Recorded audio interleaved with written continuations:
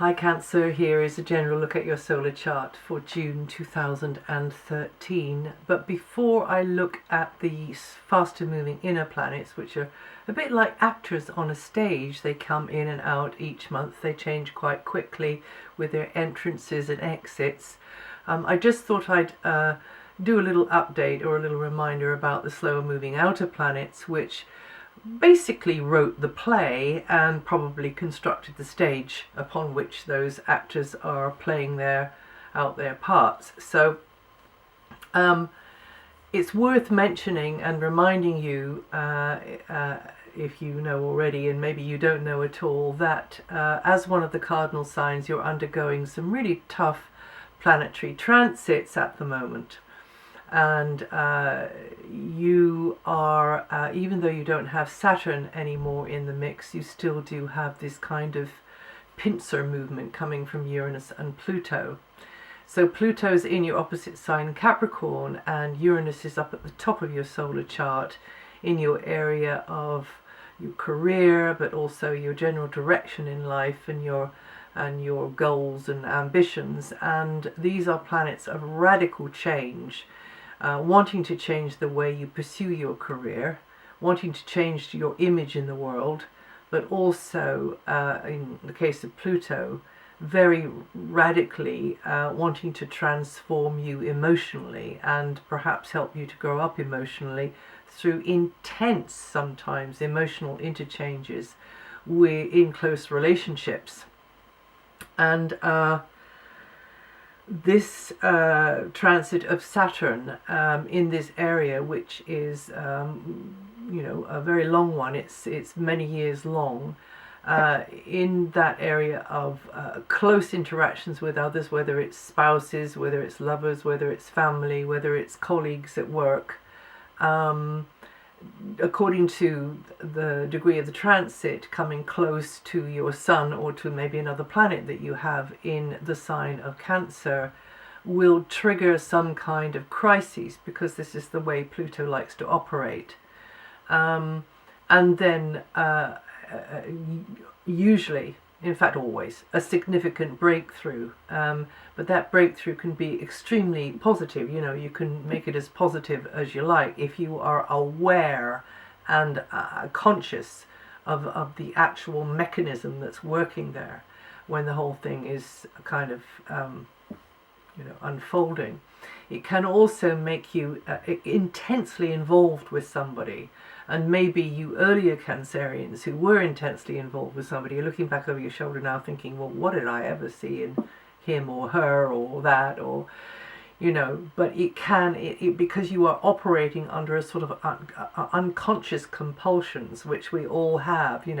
Pluto comes from a very, very deep place within us, psychologically and emotionally. So it's almost like a shadow energy, and sometimes we don't quite see how we project it maybe onto somebody else. So there's that, and then there's the Uranian energy, which is sort of shaking things up in your world, to do with your outer image, but also professionally. And you have to be flexible. You have to allow for that change to take place. And on both counts there, really and truly, where it all begins is within. Even though these energies appear to manifest outwardly and come at us, in fact, if you are functioning at the right vibration or the correct frequency, then you will draw to you the more refined versions of those energies, the more beautiful versions of those energies, the more wondrous versions of those energies. So I just wanted to sort of remind you about that, and to also remind you that all of the cardinal signs are getting this really very, very strong kick up the backside, and some of the people in power in our world are coming under these cardinal signs. The sort of the movers and shakers, and we're seeing them having a huge amounts of struggle. In the UK, the Prime Minister is one of them, but also so is Angela Merkel, and I'm just speaking about the UK at the moment, but it just seems to be that they are coming under this kind of strain, and you know, the sort of creaking, all the structures are creaking. But then of course you've got Saturn now in Scorpio, and that is brilliantly good for you. A fellow water sign, a great ally for you, and is in a certain area of your chart where if you are consistent and you know, persevering and giving a sort of regular nurturing attention to any kind of speculative project or anything to do with children, young ones, also pets, animals, and I'm going to throw in there lovers as well, you know, romantic partners, then you can do very well, as long as you don't expect everything to happen all at once. With them, you just got to be gradual and just keep plugging away. Also, it's very, very good for you creative children of the crab, because Saturn in this area here means that, again, through consistency and through perseverance, you can be very successful through your creativity, through performance, through maybe competition, through leisure pursuits, any of that sort of stuff. And even though Saturn tends to make us feel held back, blocked, we're not any good, why did I ever choose this in the first place, or him or her or whatever, actually, you know, those are the hurdles that Saturn puts in the way. Of course, there comes a moment when you have to say, okay, you know, I'm out of here, because that is when, you know, it regularly, consistently goes wrong. And when it consistently goes wrong, we have to expect some blocking and some limiting and some frustrating coming at us from those particular areas that I've mentioned. But if it just keeps on going wrong, then of course that's Saturn trying to give you a message about perhaps shifting and pointing your, you know, the bow of your ship in a different direction. It might just be a very, very slight shift on the compass as well. It doesn't have to be huge. But, like I say, Saturn is in a very positive angle to your sun sign, which tends to mean that you're going to do well out of this very long transit, going on until maybe the last 2 weeks of 2014. And that this month as well, you're getting a deepening of your spiritual understanding, of your sensitivity, of your compassion towards those that I've mentioned that are being affected, you know, children, lovers, animals, anything to do with performance, creativity, speculative interests. You're getting a deeper insight now with this lovely transit happening between Saturn and Neptune, and you're getting more, you know, more awareness of underlying issues. But because it is a very positive transit, then it can that raising of your awareness or deepening of your feeling can be beneficial to you. And what I was going to say was, you know, for those of you in the States, your president, he is a Leo with Aquarius rising, and therefore he also is getting this real strong, blocking, challenging force coming from Saturn, and it will manifest. You see, it manifests maybe to do with a current issue, you know, that he's really trying to push, and he keeps getting knocked back, but he will keep, you know, this is the thing with Saturn, you keep getting knocked back, but you've got to keep pushing forwards. You just got to keep plugging away there and marching forwards if you really believe in something. So, and also the leader in Monsieur le Président in France, he's also a Leo. So he will be getting knocked back with things. His partner is an Aquarian. So you can see how this sort of Saturnian force works with the other fixed signs, but it actually works really, really well with you as a cardinal sign. The ones that are more of a challenge are the Uranian and the Plutonic ones. So anyway, having spent quite a lot of time just giving an update there, I'll just say in conclusion that if you take it all back to yourself, if you say, okay, I can change all of that outer manifestation by working from within, so work from within out. So then it takes us straight back to meditation and coming from deeper levels, so that you can, take this vibration that we all walk around with. A vibration, we all walk around with our sound, our actual sound, which is a frequency. And we may not hear it with our ordinary ears, but it's there. So if you can just get that onto another level, then you start to collect from that other better level, that healthier level, that more wholesome level, that happier level for yourself. And you might think, how am I ever going to be able to do that? It's just so tiny. It's just a tiny shift, and then you're there. It's a bit like just turning the lens focus on a camera.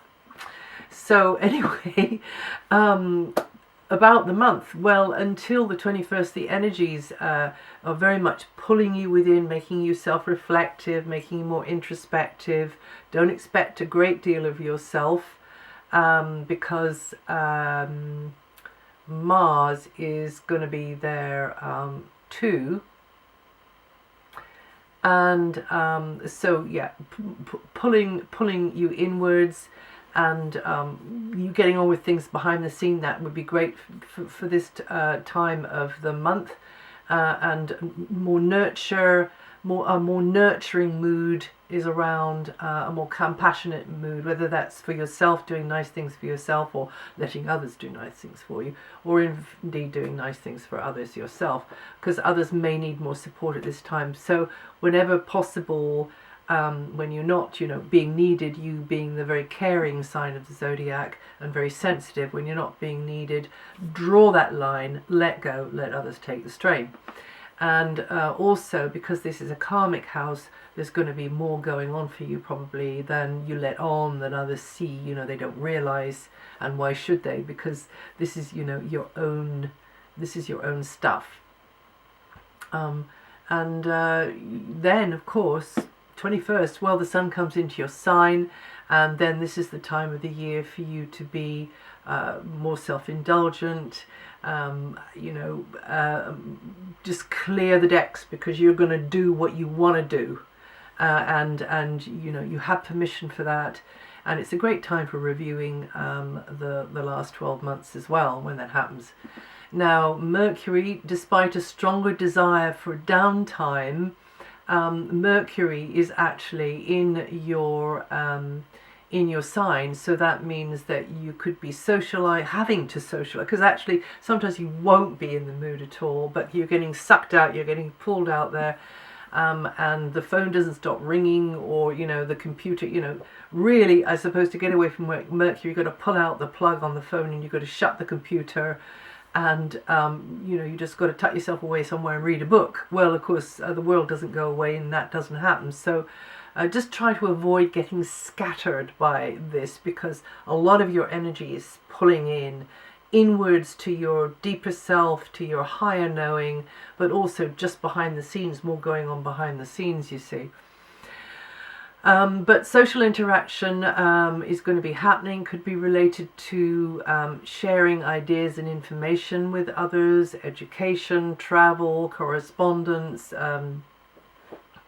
just about anything. I mean, it's the very busy left brain sort of energy of Mercury, and Mercury is going to be there until August the 9th. So you need to busy yourself mentally to, just put a bit of a limit on it, I suppose.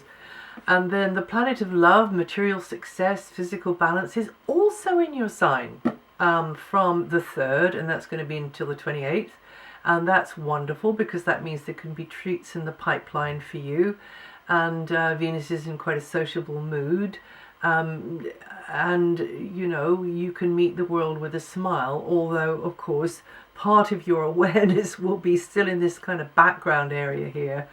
And anyway, you can mix and mingle and have a good time, come across well. You seem to be more welcoming and attractive, because you've got this sort of aura and halo, the beauty of Venus around you. And believe it, it's true. And so work it, have a bit of a makeover, but go in for kind of nurturing, caring, pampering things. because of where the Sun is and where Mars is as well. Venus rules money, so that means that, you know, money or other material resources could be flowing towards you a little bit more easily. Also rules property and possessions, and so that also, you know, goodies could be in the pipeline even after the 28th as well. And so with Venus here, it'll be easier for you to balance things, to come to a sort of equilibrium with your, with the sort of the in-breath and the out-breath. Because there's a lot of need there. There's a lot of energy there going in on the in-breath, and that's to regenerate and recharge you, that in-breath.